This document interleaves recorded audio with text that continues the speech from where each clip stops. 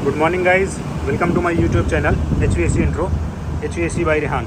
Guys, मुझे last videos में कुछ कमेंट मिले थे कि चिलर की सेफ्टी डिवाइसेस के ऊपर आप वीडियो बनाएं, तो आज मैं चिलर की सेफ्टी डिवाइस के ऊपर वीडियो बना रहा हूं। अभी ये देख लें, मैं बता दूं पहले वीडियो स्टार्ट करने से पहले कि जितनी भी सेफ्टी डिवाइसेस हैं वो चिलर या कंट्रोल के ऊपर उस पर डिपेंड करती है कि उसमें कंट्रोल किस चीज़ का है। अगर कैरियर का अपना है या जामिल हो गया या फिर आपका पेट्रा हो गया या फिर आपका यॉर्क हो गया या ट्रेन हो गया, मकॉय हो गया या डाइकिन का चिलर हो गया, ये जितने भी अलग अलग ब्रांड हैं सबकी कंट्रोल उसके हिसाब से बनाई जाती है। तो यहाँ पे कैरियर देखें, ये कैरियर 30 GTN है। कैरियर 30 GTN में यहाँ पे देखें, ये सेमी हर्मेटिक रेसिप्रोकेटिंग टाइप का कंप्रेसर है। अभी मैं इसके बारे में आपको बताता हूँ। अब मैं यहाँ पे दिखाऊँ सबसे पहले आपको कंप्रेसर की साइड से।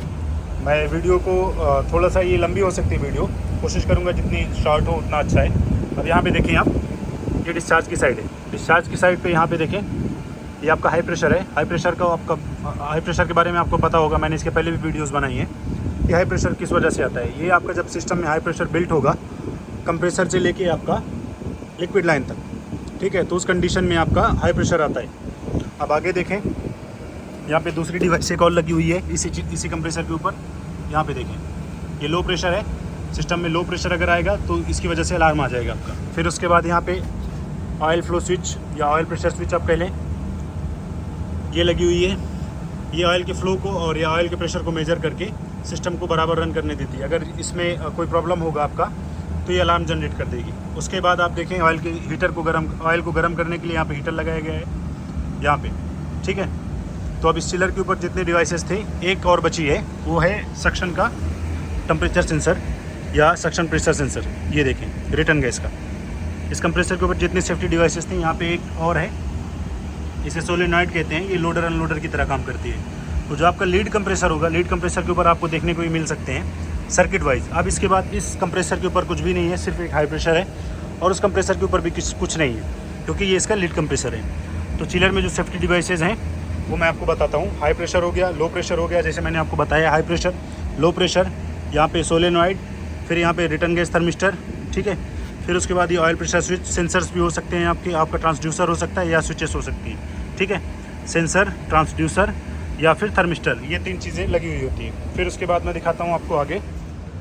अब कंप्रेसर की साइड पे मैं आपको दिखा दूँ कौन सी डिवाइस लगी है, सेफ्टी डिवाइसेस। यहाँ पे कंप्रेसर के ऊपर आप देखें, कॉन्टेक्टर के ऊपर, कहीं कहीं कॉन्टेक्टर के ऊपर ओवरलोड भी लग के आता है, इसमें नहीं है। यहाँ पे देखें, इसमें कोई ओवरलोड नहीं है। इसमें यहाँ पे ब्रेकर लगे हुए हैं। ये ब्रेकर अगर इसके एम्पियर हाई होंगे तो उस कंडीशन में इसको बंद करा देगा, शॉर्ट हो जाएगा तब ये ब्रेकर बंद हो जाएगा। फिर इसके ऊपर देखें, ये कॉयल की तरह दिख रहा है आपको, ये बिल्कुल सीटी कॉयल की तरह काम करता है। जो एडवांस चिलर आए हुए हैं अभी, उसमें सीटी कॉयल आती है, तो उसके वोल्टेज वगैरह मेज़र करती है और फिर इसको रन करने देती है। फिर इसके बाद यहाँ पे देखें, कंप्रेसर की साइड पर भी कुछ नहीं है। यहाँ पे मतलब आपके कंप्रेसर के कॉन्टेक्टर की साइड पे, ठीक है।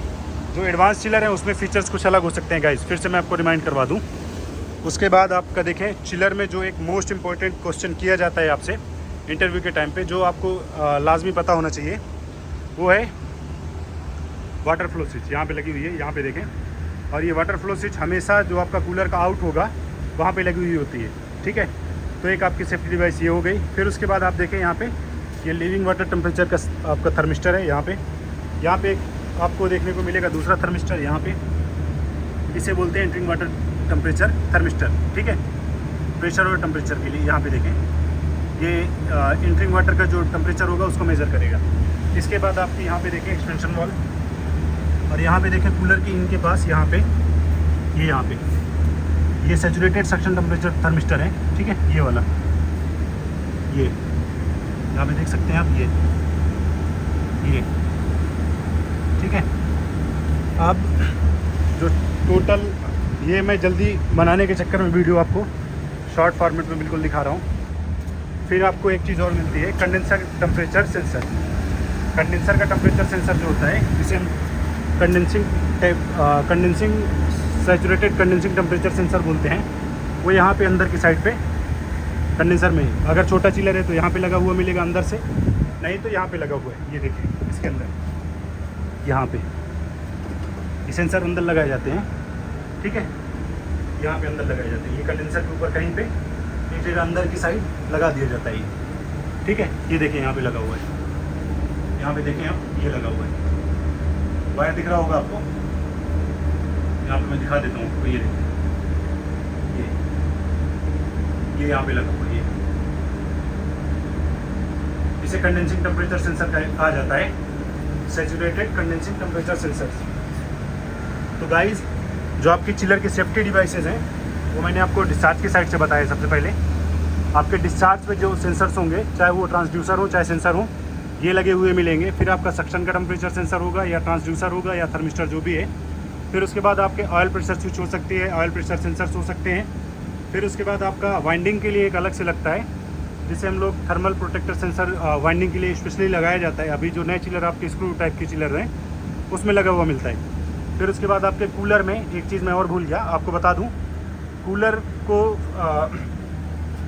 लिक्विड फ्लड बैग से या उसके अंदर आइस फॉर्मेशन से बचाने के लिए एक डिवाइस लगाई जाती है या एक सेंसर, उसे कहते हैं एंटी फ्रीज।